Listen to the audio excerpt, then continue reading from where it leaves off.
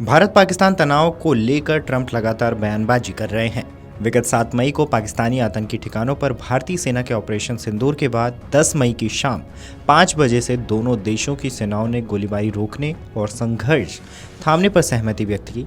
भारत और पाकिस्तान के बीच सैन्य महानिदेशक डीजीएमओ स्तर पर सीधी बातचीत हुई, लेकिन अमेरिकी राष्ट्रपति डोनाल्ड ट्रंप लगातार दोनों देशों का तनाव घटाने में अपनी भूमिका को लेकर टिप्पणी कर रहे हैं। भारत की तरफ से दो टूक खंडन के बावजूद उन्होंने बीते 21 दिनों में करीबन 10 बार ऐसे बयान दिए हैं जिसमें ट्रंप ने कहा है कि अमेरिका ने दोनों ही देशों को युद्ध से रोका है। व्हाइट हाउस की तरफ से जारी वीडियो में ओवल ऑफिस में मौजूद ट्रंप ने कहा है कि हमने भारत और पाकिस्तान को लड़ने से रोका।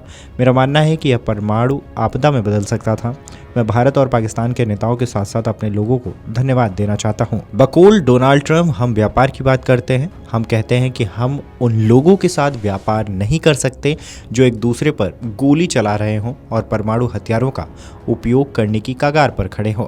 ट्रंप ने भारत और पाकिस्तान के किसी भी नेता का नाम लिए बिना कहा कि वे उन देशों के महान नेता हैं। उन्होंने परिस्थितियों को समझा और दोनों के सहमत होने के बाद यह सब बंद हो गया। हम दूसरों को लड़ने से रोक रहे हैं। बता दें कि इससे पहले भी ट्रंप बीते 21 मई को कह चुके हैं कि उन्होंने अपने हस्तक्षेप और व्यापारिक पहलुओं का जिक्र कर भारत और पाकिस्तान के संघर्ष को और गंभीर होने से रोका। We stopped India and Pakistan from fighting. I believe that could have turned out into a nuclear disaster. And I want to thank the leaders of India, the leaders of Pakistan, and I want to thank my people also. We talked trade.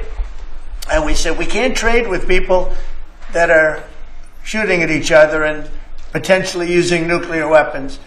And they're great leaders in those countries, and they understood and they agreed, and that all stopped. And we're stopping others from fighting also, because ultimately we can fight better than anybody. We have the greatest military in the world.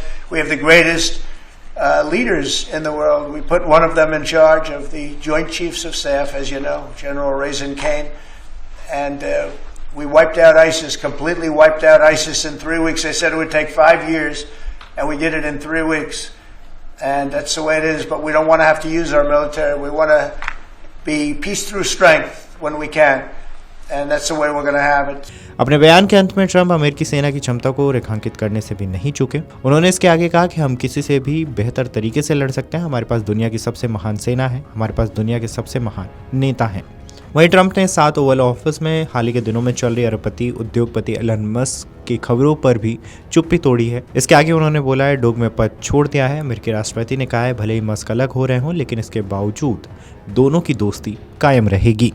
बता दें कि बीते 22 अप्रैल को जम्मू कश्मीर के पहलगाम में हुए आतंकी हमले के बाद भारत ने पाकिस्तान और पाक अधिकृत कश्मीर में आतंकी ठिकानों को तबाह करने के लिए ऑपरेशन सिंदूर शुरू किया था।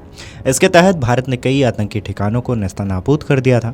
इसके बाद पाकिस्तान ने भारत पर कायराना हमले शुरू कर दिए थे, जिसका भारत ने मुंहतोड़ जवाब दिया। दोनों ही देशों के बीच बने युद्ध जैसे हालातों के बाद अमेरिकी राष्ट्रपति डोनाल्ड ट्रंप ने बीते 10 मई को सीज फायर की घोषणा की। इसके बाद से ट्रंप ने कई बार सीज फायर का श्रेय लेने की कोशिशें की, लेकिन भारत की ओर से कई मौक़ों पर यह स्पष्ट किया गया है कि भारत और पाकिस्तान के बीच सीधी बातचीत के बाद ही युद्ध विराम समझौते पर सहमति बनी थी।